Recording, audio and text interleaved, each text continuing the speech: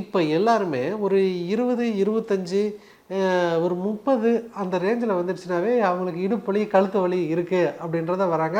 அது முக்கியமாக இந்த உட்காந்துன்னு இந்த குனிஞ்சுட்டே வேலை செய்கிறாங்க இல்லைங்களா, அவங்களுக்கு வந்து ரொம்ப அதிகமாக இருக்குது. அந்த முக்கியமாக அந்த ஐடி ப்ரொஃபஷன்ஸ் வந்து இருக்காங்க இல்லைங்களா.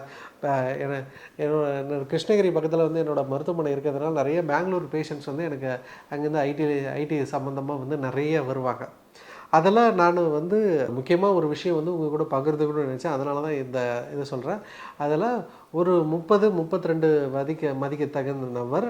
அவருக்கு கொஞ்சம் கழுத்து, ஜவ்வு விலகல் வந்து இருந்திருக்கு. அதாவது வந்து ரொம்ப மைல்டு தான். ரொம்ப மைல்டு தான். அவங்களுக்கு வந்து என்ன ஆயிருக்கு அப்படின்னாக்கா, கொஞ்சம் இரிட்டேஷன் இருந்திருக்கு. கொஞ்சம் ரேடியேட்டிங் பெயினும் இருந்திருக்கு. ஆனால் ரொம்ப சிவியருக்கு இல்லை.